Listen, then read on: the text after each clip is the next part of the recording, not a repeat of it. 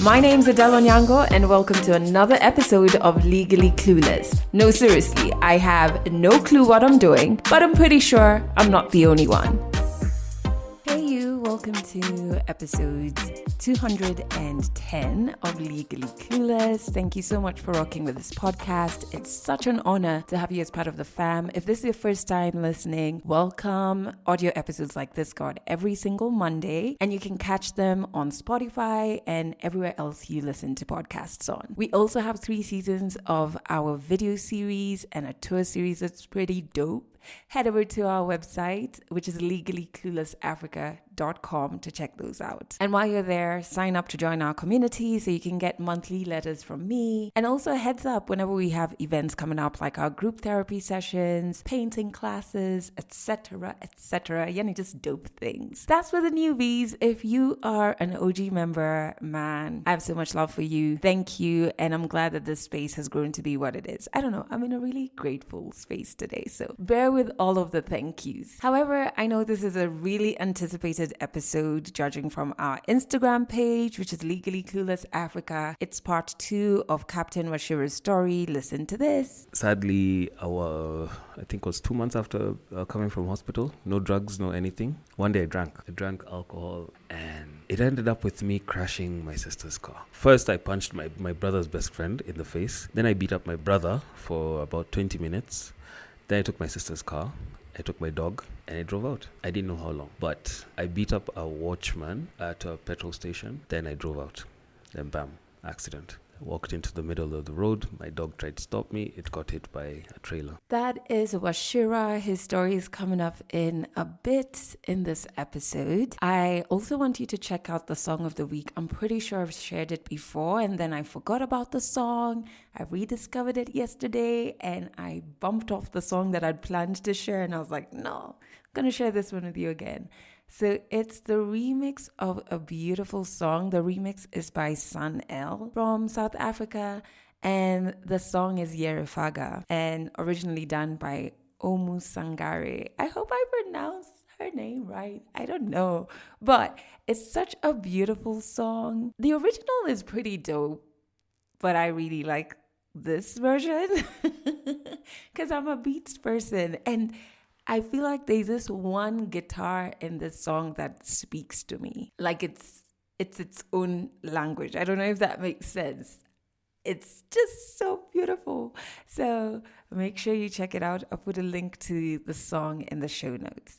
So before we jump into the story, I have 3 things that I want to share on friendship, and they came from things that I've experienced this week. The first one, I went for a dinner and I was invited by someone whose mom was super close to my mom. We're not relatives, but in the African context, we're like relatives because of our mother's friendships.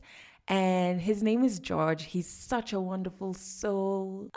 He's always been just good energy from the first time I met him. So he invited me for dinner with, his wife and his family and some of his friends.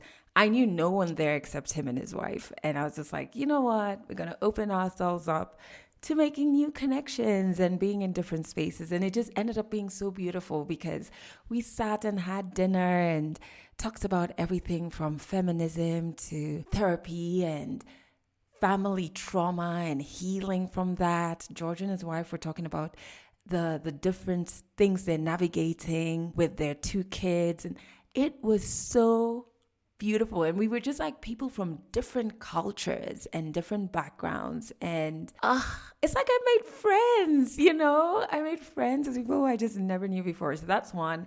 And then over this weekend, I had a catch-up call. Well, it really wasn't a catch-up call. It was like a virtual baby shower for one of my friends. We've been friends from uni days. It was so wonderful. Like we spoke, we were about, how many were we on the call? 1, 2, 3, 4, 5, 6, 6 of us. It started at 7. We were like signing off at like midnight midnight.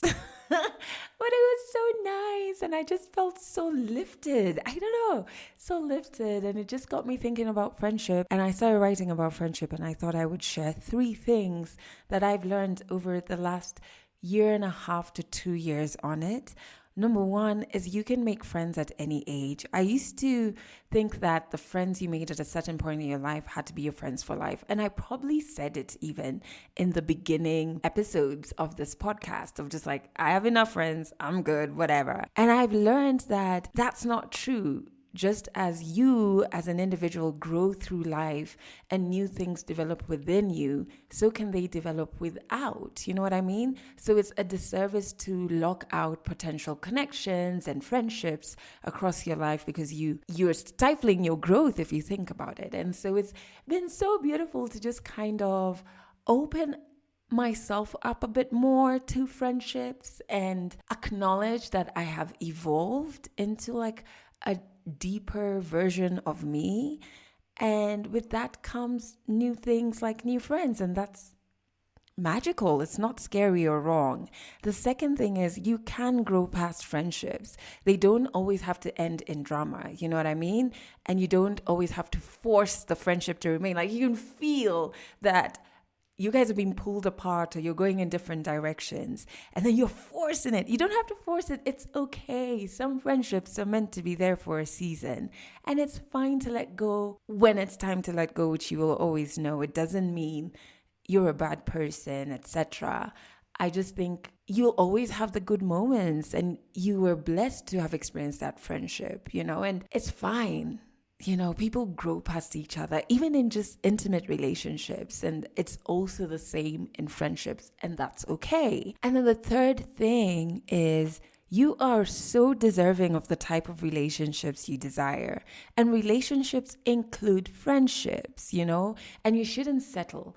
I think for the longest time when I thought about the type of friendships I wanted, an image would come into my mind. I'm a bit cheesy, but hear me out. I would see me and this friend jamming along to music loudly in a car as we drive to wherever, and we'd just be like singing along in our terrible voices and just having a hell of a time. That's one vivid picture I would see. I do not know where it's come from. I do know I used to enjoy doing that with my dad when I was younger. And then when I became a teenager, my mom and I would do that. But yeah, that's one of the things I would see. I would also just see an intimacy in friendship that would be somebody who's almost like a soulmate, somebody who's pretty in your life and really understands you and sees you, and you both put an effort into the time you spend with each other, etc. And for the longest time, I thought those kind of like belonged in movies. Those were like a movie script I was trying to force into real life. And with time, I've realized that there's nothing wrong with the type of friendship you desire. You are so deserving of it. And it is out there. It does exist.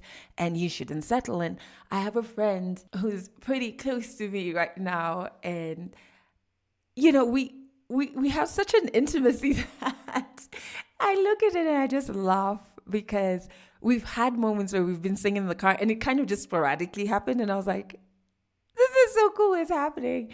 And she called me when I was in Seattle at 4 a.m. Seattle time, and she had just come out of her session with her life coach, and she was so excited about things she'd learned about herself and things that she'd learned in terms of like her strengths. I was so happy. I mean, it was 4 a.m. I should have been hella tired, but like I was just so proud and so happy for her and proud of her. I know I've written her letters just saying how proud I am of her. And, we speak a lot about the intimacy that comes with intimate relationships. And I've found that even in my intimate relationship, there are parallels with my friendship in the type of values I desire and the type of ways that I show appreciation and love and concern, etc.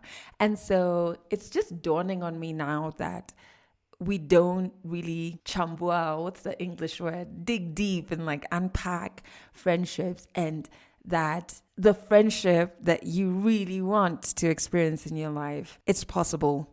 And you are so worthy of experiencing that friendship, and you shouldn't settle. I do hope you experience it because friendship is magical. Yeah, so that's what I wanted to share, because that's kind of like the experience I'm going through in life right now, and it's just, gee, it's so wonderful. Anyway, let's jump into 100 African stories, shall we? Captain Washira's story, so important, and so many people have reached out to him. We've spoke over the past week. So many people have reached out to him to share their struggles with ADHD.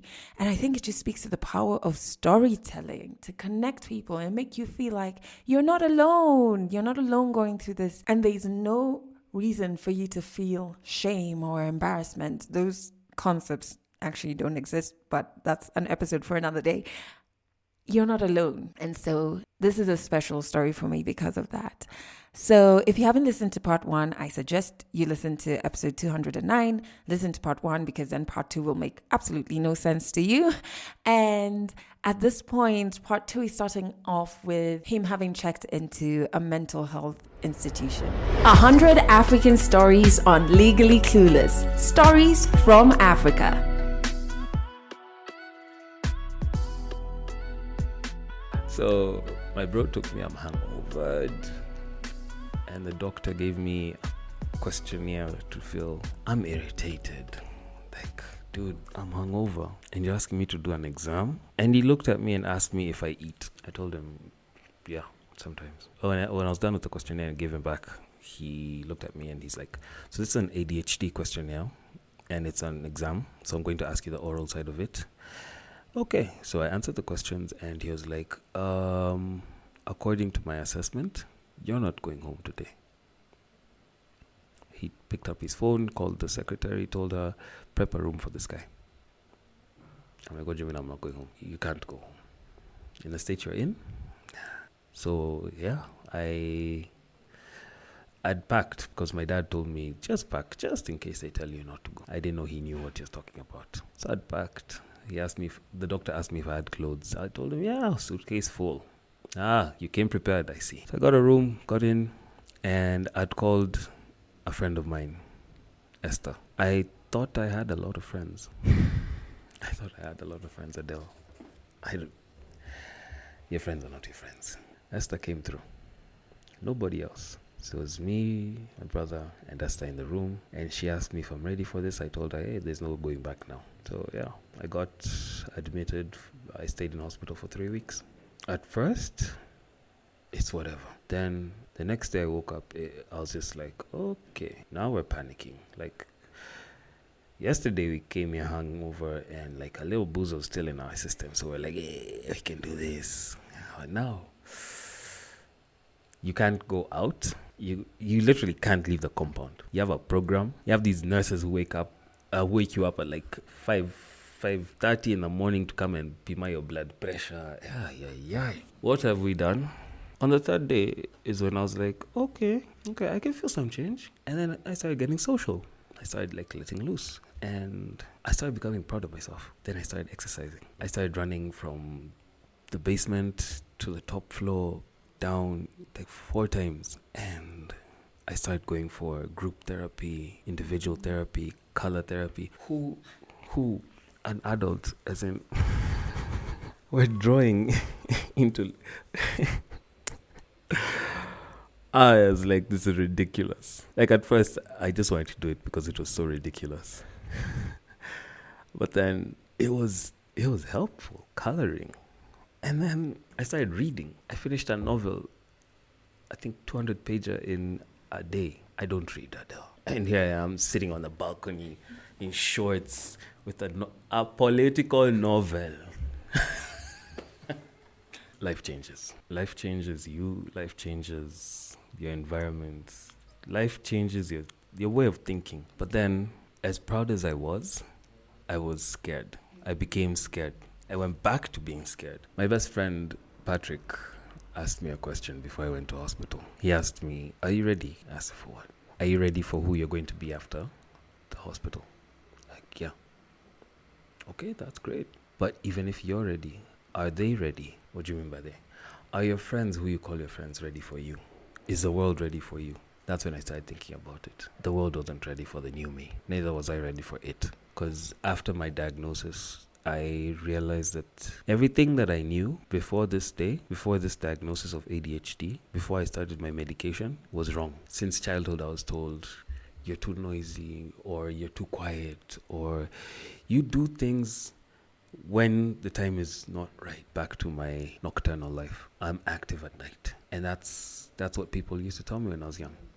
You're doing things when it's not at the right time. I started learning that everything, all these mistakes I used to make when I was younger, it really wasn't me. I wish I knew back then, but I used to get beaten by my teachers, my dad, about stuff that I never used to understand. All my report cards, and I've gone through them with my girlfriend now, and I noticed a pattern where almost all the teachers just kept on saying, there's space for him to improve. He can do better. And this was all until high school. But then she noticed that I was thinking as we were going through these report cards, and she told me, but babe, I don't think they actually know you. I don't think this is who you are.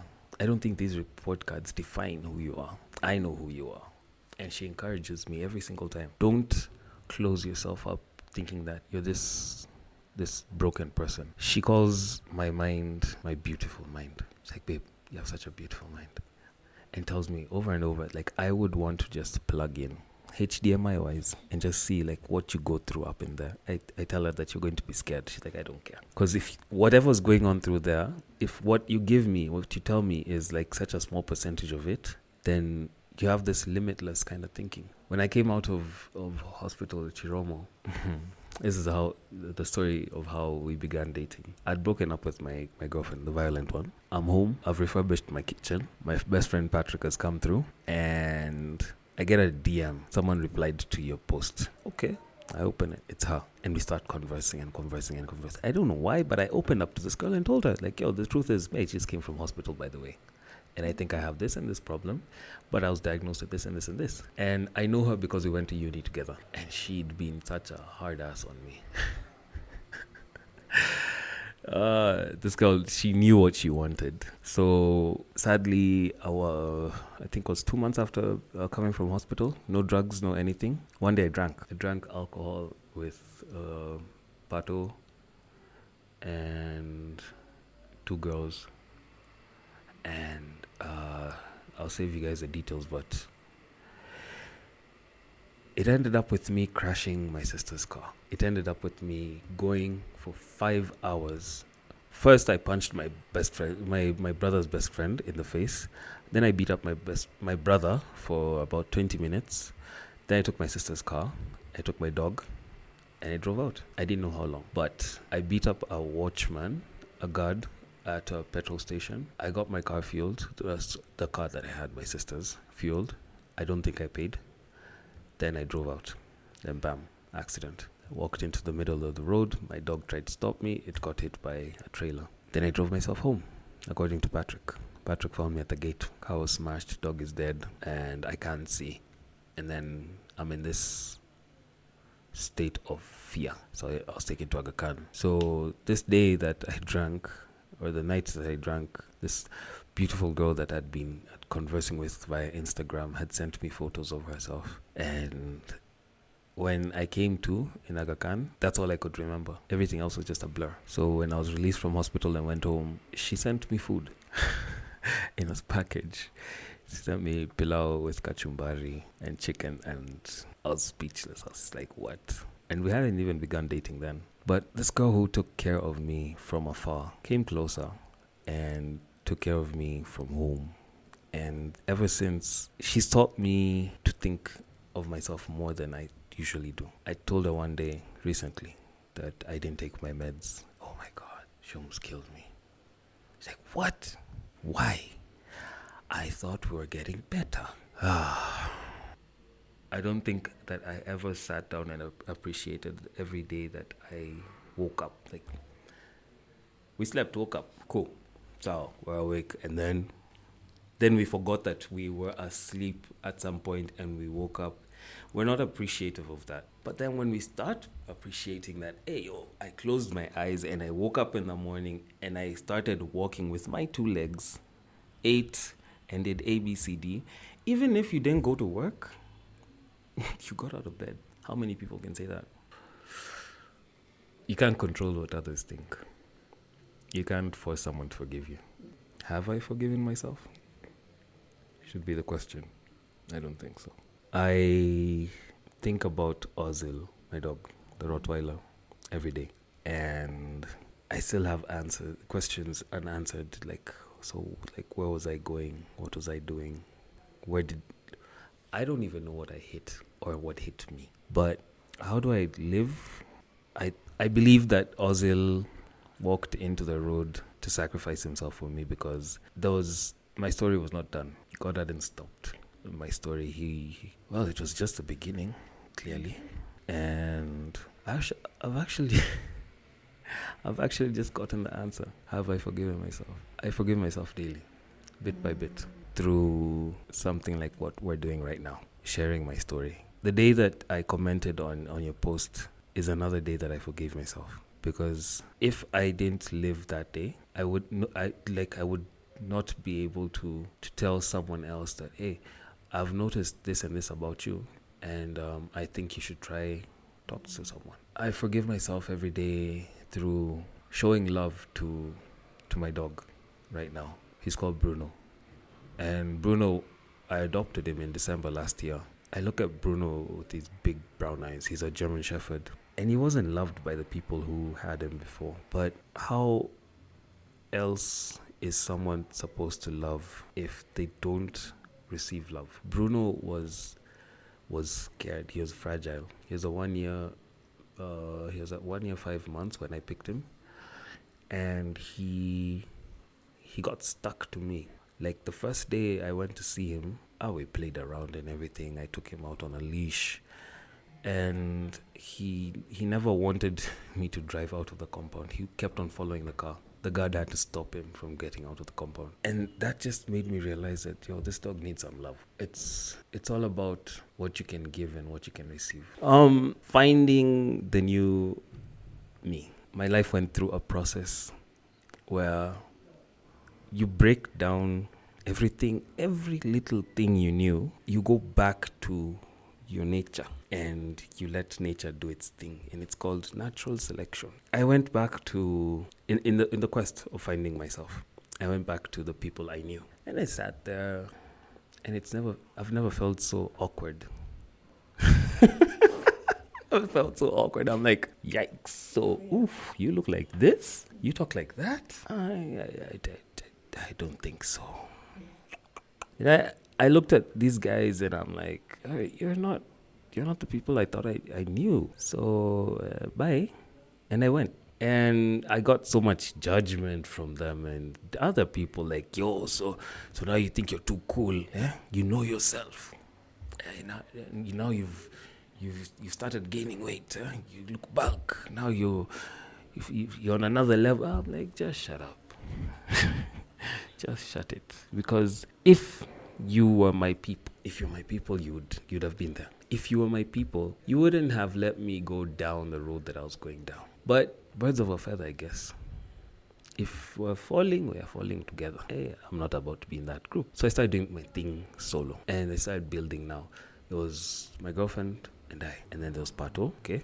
And then there was my siblings. At my siblings is where I put another boundary. There's my siblings side, and then there's you're my neighbors. When my folks are around, you're my siblings. When they bounce, you're my neighbors. Let's just be clear about that. Yeah, and that's it. Then I started, when in hospital, I started listening to sermons back to back, listening to songs, finding my soul first, because I felt like that soul had just gone. And in breaking down what I wanted to find out was my purpose, I started listening to different sermons, mostly from Stephen Furtick, about who you are, timings, boundaries, habits and hobbies. I went back to listening to T.D. Jakes, Pastor Todd Michael, comparing the younger generation and the generation of T.D. Jakes. What are they actually telling us? It's the same thing, but just in a different way. Furtick and Pastor Mike Todd put things in our generational language. Apart from the religious side of it, there's also the individualistic kind of side of it. You should sit down and ask yourself, who am I? What do I want? I sat down in my house and it was empty. We had a 55-inch Samsung. She went with it. She went with most of the stuff in the house. And I looked around and I'm like, oof, quite boring. I went back to work.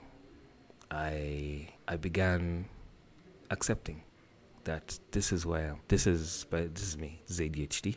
Is me. And I went to HR. I gave them the letters. And my boss then, the one who still encouraged me to not give up, he'd given me a recommendation to go and see another doctor who I didn't listen to. But when I went back and I showed him, like, yo, I've come from another hospital. I have taken time and I am finding myself. And he was like, good job. God did what he does best. I got a transfer out of town. You live out of town now. You know how different it is. You walk into Nairobi, you're like, whoa, why are you walking that fast? Why are you driving that fast? Why are you parking there? And things are just messy. So when I got the job out of Nairobi, I got a chance to start afresh. Oh, it's such a beautiful place in the Rift Valley. And I learned so much about myself. I learned so much about people, culture. The Maasai have a very strong culture. And I went back to my photography. Then came a complication, should I say? My contract got stopped last year in Feb, and I came back to Nairobi and I sat on my bed and asked myself, okay, how much do we have between me and poverty? So where did all the money go that we've been working for about like 5 years now? I hadn't saved, which opened up a new chapter to question my life, a new interrogative kind of chapter, habit. So, okay, as much as we've been spending on making a new life, we've not been saving. So I began opening up to my parents, asking my dad, yo, help me out here before things actually work out. And then my contract got restarted in April and I went back to work. The moment I went back to work, I started saving from then. When you save, you don't have friends. Oh. You will know who your friends are when you begin saving. Because to save, you literally have to tell yourself no. You have to withhold so many things that you want. And to be honest, Adele, I don't think anybody wants to be your friend if you're not spending on them in this generation. And to anybody listening, that is, look at the people you have in your life. Ask yourself, you can even take a piece of paper, take 5 friends, and ask yourself, who of these 5 friends would stick with me if I had 0? Probably none. Probably one of them. And in that new beginning, when my contract got renewed and I went back to work, there was so much work to do in terms of opening up again and again and again and again about my diagnosis. Because now I'm in a new department. HR wants to know like what's going on. And every single time I kept on opening up to tell someone that this is what's making me sick. This is how I'm struggling. This is what I'm... Whoa, I felt like I was just giving away part of me every single time. And it broke me down. It made me feel useless. Because now everybody knows. And it was more scarier when someone once told me that you should actually watch out who you're telling about your sickness and diagnosis, because people in the government who are sick don't last for long. You're given early retirement. So I just built this wall around myself and said, I'm not going to tell anybody.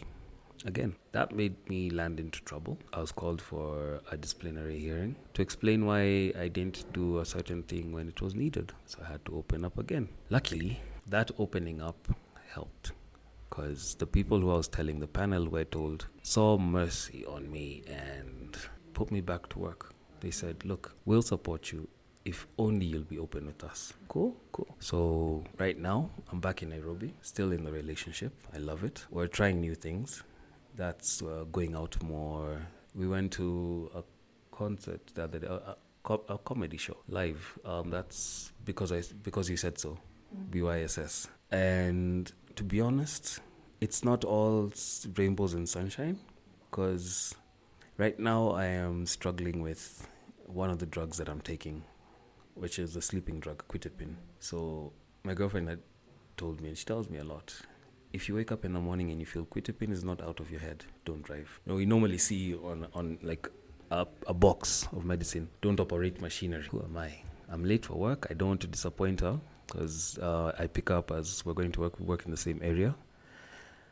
And as I'm going to navigate, because the car is a bit low, as I'm going to navigate a bump, this boda just comes and slams into my door. and drives off. And I just pulled to the side and I thought to myself, if I was 100%, I'd have seen that boda boda. A lot of boda bodas do that every single day. Either they're overtaking on your right or on your left. And I usually see them. But I did not see this one coming. So I started questioning myself. Like, what's the point? Why are we taking these drugs? So right now, today, I am out of a slump that I call it a rabbit hole. I've gotten out of a rabbit hole that I put myself in about 2 weeks ago when I started thinking about where I am now and what I'm doing, because I feel like I'm not waking up on time. I don't have a sleep routine. I don't have routines. I don't have a pattern. I don't have so many things. But then about 2 days ago, I thought to myself, I might not have all those things that I've just mentioned, but I am having every single day, I am having a day that I'm waking up, a new day. So what does this new day have to do? And that's where I've begun thinking about. That's what I've begun thinking about. Like, okay, fine. Jana didn't work out. So what do we do today? To all ADHDers out there who find it difficult to go out and shop, because Adele, like Pato was home with me this weekend, and I told Pato openly, like, Pato, I struggle getting out of bed sometimes. I will see the sun and I'll not get out of bed. I know I have to go to work. I know if I don't go to work 1, 2, 3 times, I'll get in trouble. But I don't feel that heat that I'm going to get into trouble. But it's the same thing for ADHDers. Sometimes we can't go out to go and shop. So to all ADHDers, if you feel like it's hard for you to wake up, motivate yourself to get some shopping done, I started using the Carrefour app. And this is not advertising them. Go to Carrefour, go to Quickmart. Quickmart have free delivery until I think around 8 p.m. Call them. Tell them this is what you need. And they have WhatsApp, so you can even send them a list. And then they'll send you your shopping. So if you have a problem with looking for your meds or going to get your meds from a pharmacy, call a pharmacy like Malibu. We have Maidawa. There's always going to be a way around something. So yeah, don't just sit there and think that, hey, it's over. It's never over. You're the one who says it's over. So if you believe that it's over, it will be over. If you've committed to doing something, just pick up your phone, call. This recording was supposed to be last week, but I couldn't make it, and so I called you. And you told me that it's okay. But I was so scared for so long to open up about whatever is going through in my mind. Because like you said, it might not be a stuffy nose. It might not be a headache. You might have not even have fainted. But what you're feeling is a real feeling. It's not fake. What you're feeling is what your body is telling you. And something that I have not talked about is burnout. You might not have ADHD, depression, anxiety, all those, but your body has hit its point of burnout. People need to learn about burnout. When your body says it's tired, it's tired. Listen to your body. A lot of people crash in places where they don't even need to be. Like, for example, me, when I was doing one of my psychology sessions, the psychologist asked me, the smallest thing, Washira, have you been forgetting things? And I was like, yeah. I used to work on the 13th floor, and I used to walk from the office to the stage and then home. So I sat down and thought about this question, and I was like, yeah, actually, I used to forget my phone on top of the tissue paper roll every time I got out of the office. So I'd get out 13th floor, I'm across town, and I have to go back to the office to get my phone. That happened, I think, thrice in 1 week, then 2 times in another week. And he was like, yeah, those are signs of burnout. You forget simple things. This, I think everybody can agree with me that a phone, this is like the most essential thing. This is your bank, your wallet. To some, it's even the key to their house. How'd you forget it in the toilet? So people need to learn about burnout and opening up. You don't have to open up to everybody. You don't have to. Let me simplify it for you who's at home thinking, oh my gosh, what do I do? Open up to yourself first. I don't care if you're going to be sitting at home, bottle in hand, cigarette in hand, mirror in hand. Take a piece of paper and just write whatever you're feeling. It doesn't have to be in a line, a circle. Just write wherever you want to write on that piece of paper. That will be the beginning of noticing and internalizing this change that you're bringing to yourself. And then you'll start feeling whatever you'll feel. Just go with the drift. But if you feel like it is too hard, talk to somebody, a friend, a psychologist. These days we even have numbers online where you can call people. If you want to, you can reach out to me. I will tell you who to talk to, which doctor to see. But it's not the end of the road. Catch more African stories in the next episode of Legally Clueless. Isn't that just such a powerful, powerful story by Captain Mashira? You know, it really got me thinking, and I was telling a few people about this. When we talk about things like the patriarchal system, and yes, men definitely benefit from the system a lot, but it also oppresses men. And in fact, that's one of the things when there's backlash against feminism and women fighting for rights, and it's backlash that I've experienced. I always wonder when the backlash, especially because it comes from men, I always wonder, like, can't you see the system we're trying to change and erase is also oppressing you? Like, how do you not see that this benefits you as well? But anyway, I think it oppresses men in some of the expectations, like of them not being able to show emotion or to struggle because a man has to and like being emotional or vulnerable is not manly and frowned upon in that system. And not only that system, even in countries that aren't culturally patriarchal, these kind of standards exist for men, which is strange because to be emotional and to be vulnerable is not gendered, it's human. You know what I mean? But I think through real stories, bringing it back home to our continent, I think through real stories from African men, that's how we change this, you know. And I find joy that this space can accommodate that as well. That's pretty powerful to me, and I've been thinking about it more this year because there's a lot more men reaching out wanting to share their stories, and I'm always just like, this is new territory. But it's important. It's important, isn't it? Anyway, if you want to connect with Captain Mashira, I've put links to his social media in the show notes, so you can reach out to him in case you want to learn more about ADHD, or maybe you just connected with something in his story and you want to share. He's cool with that, so reach out. And remember, if you also want to share your story on this podcast, as long as you're African, I want to hear your story. So regardless of where you are in this beautiful, beautiful world of ours, just in the show notes, fill out the storyteller form and we'll get back to you. I'm very excited because tomorrow I'm recording a story by someone who I met through my work and turns out was friends with my late mom. So interesting. So I'm recording her tomorrow. I'm super excited about that. And yeah, I can't wait to be excited about recording your story. So fill out the form. Also, make sure you catch Legally Clueless on Trace FM here in Kenya.